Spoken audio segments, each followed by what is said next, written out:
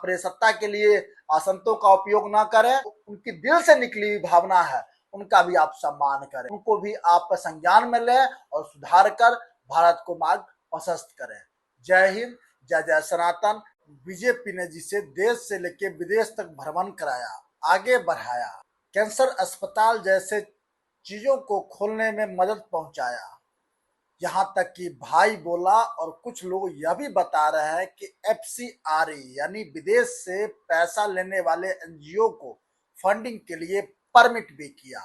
वो भला बीजेपी के विरुद्ध कैसे बोल सकता है? दोस्तों बता दें कि बाबा बागेश्वर के एक बयान ने भारत भर में खलबली मचा दी है।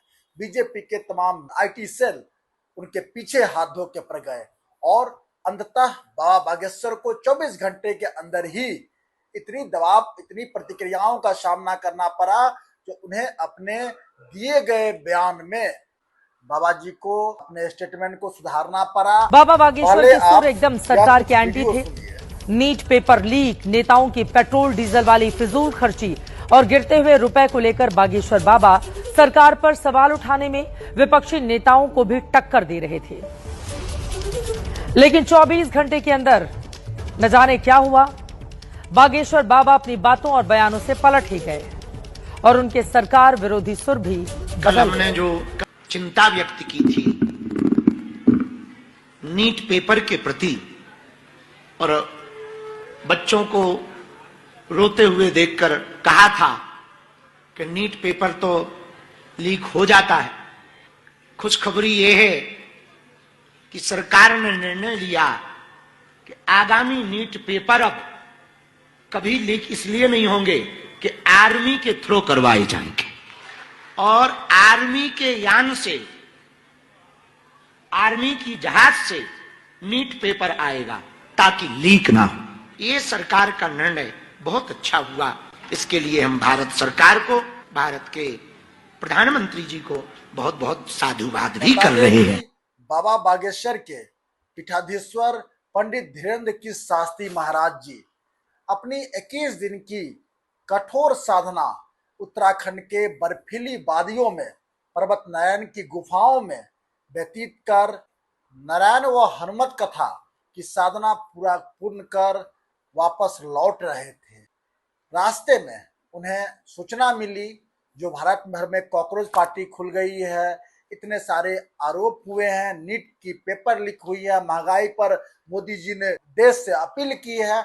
उस पर उन्होंने अपने सुझाव, अपने अभिव्यक्ति व्यक्त किए।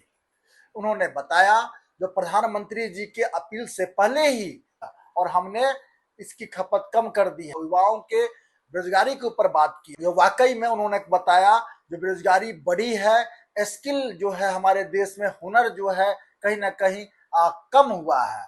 और साथ में उन्होंने कॉकरोच पार्टी का जिक्र करके भी जो हमारा देश भारत भी अजीब है, जो कहीं ना कहीं भारत के युवाओं की एक आवाज है, भारत की युवाओं की व्यवस्था है।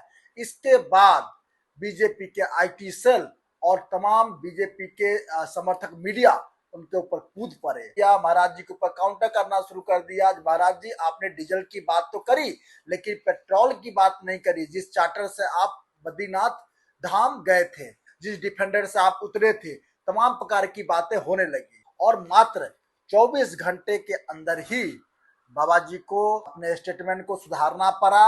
हो सकता है बाबा जी को इस चीज की पूरी जानकारी उस समय न रही होगी, भारत की व्यवस्थाओं को सुन और महसूस कर अपनी भावना व्यक्त कर। पर हमको एक बात से बहुत तकलीफ है, आम जनता से तो प्रार्थना की गई कि डीजल पेट्रोल बहुत कम जलाएं, काश नेताओं के चार्टरों पर भी रोक लगाया जाता, बड़ा मजा आता, क्योंकि सबसे ज्यादा तो उसमें ही फूकता है, चील गाड़ी में। और काश, ये बहुत अच्छी अपील थी कि डीजल पेट्रोल बचाना चाहिए, पर एक काम और होना चाहिए था, 3 महीने के लिए नेताओं की सैलरी कट करनी चाहिए। हाँ, भारत का रुपया कमजोर हो रहा, मजबूत करो नेताओं के, अब सब आम जनता ही करे। जैसा बाबा जी ने कहा, इस बात को तो मैं स्वयं भी कई बार कह चुका हूं, जो मोदी जी अपील करने से पहले अगर कोई भारत भक्त है तो वह स्वयं सुधार कर लेगा।